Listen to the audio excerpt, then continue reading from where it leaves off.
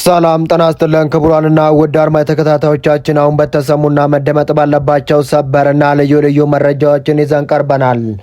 እንደተለመደ ሁላችሁም ቪዲዮን ላይክ አድርጋችሁ እስከ ዜናችን ፍጻሜ ድረስ አብራችሁ እንድትቆዩ በአክብሮት እየጋበዝን እንዲሁም ለዚህ ታላቅ ዩቲዩብ ቻናል አዲስ የሆናችሁ ደግሞ ሁላችሁም ዩቲዩብ ቻናሉን ሰብስክራይብ በማድረግ የደውል ምልክቷን ተጭነው ኦል የምትለውን በማብራት ለዚህ ታላቅ ዩቲዩብ ቻናል ቤተሰብ እንድትሆኑ በአክብሮት እንጋብዞታለን። በአማራ ክልል ጦርነት ህጻናቱ እየተደፈሩ ነው ሲሉ የአማራ ክልል ርዕሰ መስተዳድር አቶ አረጋ ከበደ ተናገሩ። በክልሉ ካለው የተራዘመ ጦርነትና ቀውስ ጋር ተያይዞ ህጻናት እየተደፈሩ ነው። ይህንን በሆስፒታሎችና አመራሮች ጉብኝት ባደረግንባቸው ጊዜ ችግሩ ጋድ መሆኑን አረጋግጠናል ሲሉ የአማራው ክልል ርዕሰ መስተዳድር አቶ አረጋ ከበደ ምክር ቤት ስብሰባ ላይ ተናገሩ። በምዕራብ ጎጃም ዞን የጸጥታ ሁኔታና የህግ የበላይነት ከጊዜ ወደ ጊዜ እየተሻሻለ መምጣቱንና ፋኖ ተስፋ እየቆረጠ ነው፣ የሚያስታጥቋቸውም ተስፋ ቆርጠዋል ሲሉ ከፍተኛው የፌዴራል መከላከያ ሰራዊት የጦር አዛዥ ተናገሩ። ዝርዝር መረጃውን በሚቀጥሉ ደቂቃዎች ትሰሙታላችሁ። የትግራይ የሰላም ኃይል ትህነግ ከመቀሌ በማስወጣት ከተማዋን ለመቆጣጠር የሚያስችለውን አጠቃላይ ዝግጅት ማጠናቀቁን የቡድኑ ወታደራዊ አዛዥ ተናገሩ። የህወሓት አርሚ 22 አዛዥ ታጋይ ገብረ እግዚአብሔር ገብረ ሰላም የትግራይን ህዝብ ህልውና ለማረጋገጥ በሚደረገው ብሔራዊ መከላከል አርሚ 22 የራሱን ድርሻ ለመወጣት ተልዕኮን መሰረት ያደረገ ዝግጅት አድርጓል ሲሉ ለጦርነት ዝግጁ መሆናቸውን አስታወቁም። በኬንያ የኢትዮጵያ አምባሳደርና የጦር ሰራዊት ከፍተኛ አዛዥ ጄኔራል ባጫ ደበሌ ስለ ህወሓት የውጊያ አመራርና ማዘዣ ጣቢያ በመገናኛ ብዙሃን ሰጥተዋል የተባለው አስተያየት ተከትሎ ከህወሓት በኩል የተሰጠውን ጠንከር ያለ ምላሽ ጣቢያችን ተመልክቷል። ጄኔራል ባጫ ደበሌ ሰጡት በተባለው መግለጫ ህወሓት እንደገና ወደ ጦርነት ውጊያ የሚገባ ከሆነ እንቅስቃሴውን ከመቀሌ ይልቅ ከአስመራ ሆኖ ለመምራት እንደሚገደድ ያላቸውን እምነት ገልጸዋል በሚል የማህበራዊ ሚዲያዎች ይህንን ንግግር ጠቅሰው ሲያራግቡት ቆይተዋል። ይህንን አስተያየት ተከትሎ በፌስቡክ ገጻቸው ምላሽ የሰጡት የህወሓቱ ቃል አቀባይ አቶ ሚካኤል አስገዶማ አምባሳደሩ ንግግር የብሽሽቅ የፖለቲካ እንደሆነ በመግለጽ ጠንከር ያለ ትችትንም ሰንዝረዋል። አቶ ሚካኤል በጽሁፋቸው የትግራይ ህዝብ የመጀመሪያ ምርጫ ሰላም ቢሆንም ህልውናውን ለማስከበር የሚደረጉ እንቅስቃሴዎችን ግን አስፈላጊ መሆናቸውን ጠቁመዋል።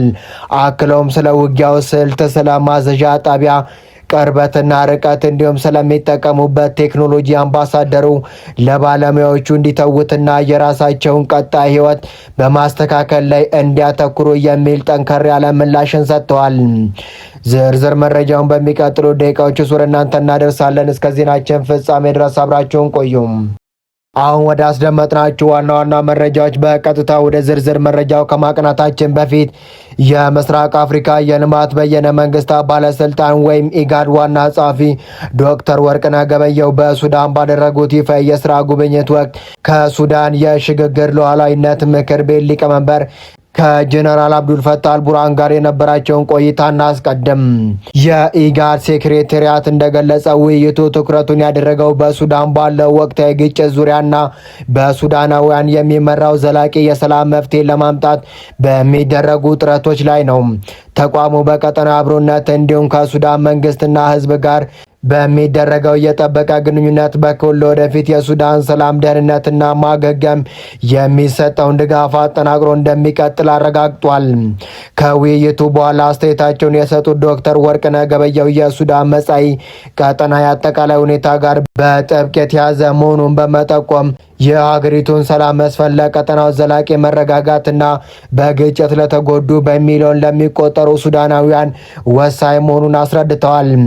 ሱዳን በአፍሪካና በመካከለኛው ምስራቅ መካከል ያለች ስትራቴጂካዊ ድልድይ እንደመሆኗ መጠን በሀገሪቱ ሰላም መስፈን ለቀጠናዊ መረጋጋት ብቻ ሳይሆን ከሁሉም በላይ የዚህን ግጭት ከፍተኛ መከራ እየተሸከሙ ለሚገኙ በሚሊዮን ለሚቆጠሩ ሱዳናውያን እጅግ አስፈላጊ ነው ሲሉ ዶክተር ወርቅነህ ገበየሁም ተናገሩ።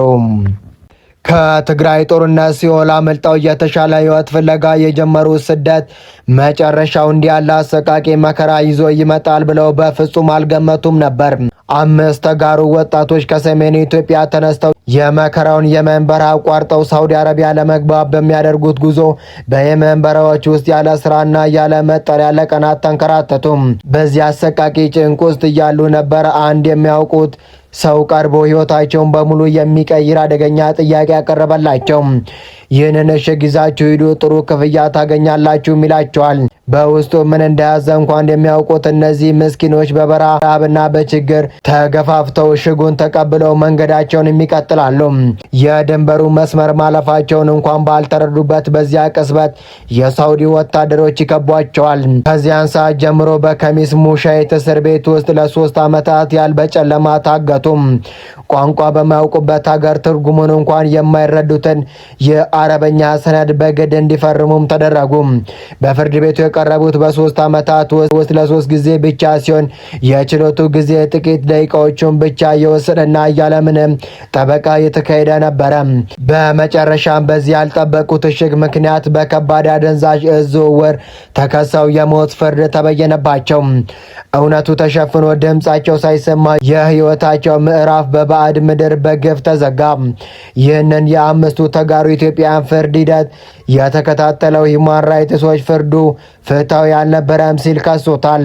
ቁጥራቸው የማይናቅ ሌሎች ኢትዮጵያውያን በቀጣዩ የሞት ፍርድ በሳውዲ አረቢያ እስር ቤቶች እንደሚጠባበቁ በርካቶች እየገለጹ ይገኛሉ። በአማራ ክልል ጦርነት ህጻናት እየተደፈሩ ነው ሲሉ የአማራ ክልል ርዕሰ መስተዳድር አቶ አረጋ ከበደ ተናገሩ። በክልሉ ካለው የተራዘመ ጥናትና ቀውስ ጋር ተያይዞ ህጻናት እየተደፈሩ ነው። ይህም በሆስፒታሎችና አመራሮችን በጉብኝት ባደረጉበት ጊዜ ችግሩ ጋር መሆኑን አረጋግጠናል ሲሉ የአማራ ክልል ርዕሰ መስተዳድር አቶ አረጋ ከበደ በክልሉ ምክር ቤት ስብሰባ ላይ ተናገሩ። ብዙዎቹ የአማራ ክልል ያለው ጦርነት ሳይሆን ግጭት ነው እያሉ ቢያስተባብሉም ርዕሰ መስተዳድሩ አቶ አረጋ ከበደ ግን ጦርነት ሲሉ በአማራ ክልል ምክር ቤት ስብሰባ ላይ ይፋ አድርገውታል። በምዕራብ ጎጃም ዞን የጸጥታ ሁኔታና የህግ የበላይነት ከጊዜ ወደ ጊዜ የተሻሻለ መምጣቱ ሌተናል ጄኔራል መሐመድ ተሰማ ተናገሩ። የምስራቅ እዝ ዋና አዛዥ ሌተናል ጄኔራል መሐመድ ተሰማ ከዞኑ ከፍተኛ አመራሮች ጋር ባደረጉት ውይይት ዞኑ ተስፋ የሚሰጥ የሰላም አቅም ግንባታ፣ የስምሪት፣ የዘላቂ የሰላም ግንባታና የህዝብ የልማት ስራዎች እያከናወኑ ይገኛሉ ሲሉም ተናገሩ። የዞኑ መሪዎች ባደረጉት መራር ትግል ክልሉንና ሀገርን ከማፍረስ የታደገ ሚና መጫወታቸውን አዛዡ ተናገሩ። በአሁኑ ሰዓትም የዞኑ መንግስታዊ መዋቅር በላቀ ሁኔታ ተደራጅቶ ህዝቡን እያስተዳደረ ይገኛል። የዞንና የወረዳ ፖሊስ፣ ሰላም አስከባሪና ሚሊሻ ተገንብቷል። ጽንፈኛው በፈጸማቸው ግፎች በህዝቡ ተተፍቷል ሲሉም ተናገሩ። ተላላኪው ጽንፈኛ አፍሮና ከየከተሞች ተባሯል። የህዝብ ድጋፍ አጥቷል፣ ተነጥሏል፣ ከመኪና ውርዶ እግረኛ ሆኗል። ግብጽ ሻቢያና ህወሓት የጡት አባት አድርጎ ሊያድኑት የሙጥኝ ማለቱ ነው ሲሉም ተናገሩ። ሌተናል ጄኔራል መሐመድ ተሰማ እንዳሉት የህዝብ ሰላም፣ ፍትህ፣ ልማትና መልካም አስተዳደር እንደሚያስፈልግ አረጋግጧል። በእያንዳንድ ቦታዎች ህዝብ ጽንፈኛውን ብቻውን ገጥሞ ተዋግቷል። አመራሩና መከላከያ ይደግፈዋል። የተደራጀ መረጃ እየሰጠ ነው ብለዋል። ጠላት ተመቶ በአንድ ቦታ መዋል ማደር የማይችልበት ደረጃ ላይ በመድረሱ ተስፋ እየቆረጠ ነው። ይህም የሆነበት ምክንያት ሰራዊቱና ህብረተሰብ ብሔረሰብ አስተዳደሩ ባወጡት ድል ነው ሲሉ ንግግራቸውንም ቋጭተዋል። የትግራይ የሰላም ኃይል ትነግ ከመቀለ በማስወጣት ከተማዋን ለመቆጣጠር የሚያስችለውን አጠቃላይ ዝግጅት ማጠናቀቁን የቡድኑ ወታደራዊ አዛዥ ተናገሩ። በቀድሞ የትህነግ ከፍተኛ ወታደራዊ አዛዥ ወዲ አንጥሮ በጀኔራል ጎሽ ገብረና በጀኔራል ከበደ ፍቃዱ የሚመራው ይህ የሰላም ኃይል መቀሌ መሽጎ የትግራይን ህዝብ እያሰቃየ ያለውን የትነግ ስብሰባ ጠራርጎ በማስወጣት ለትግራይ ህዝብ ሰላምና ዲሞክራሲን ለማምጣት ሙሉ ዝግጅቱ ማጠናቀቁን አዛዡ አስታወቁ።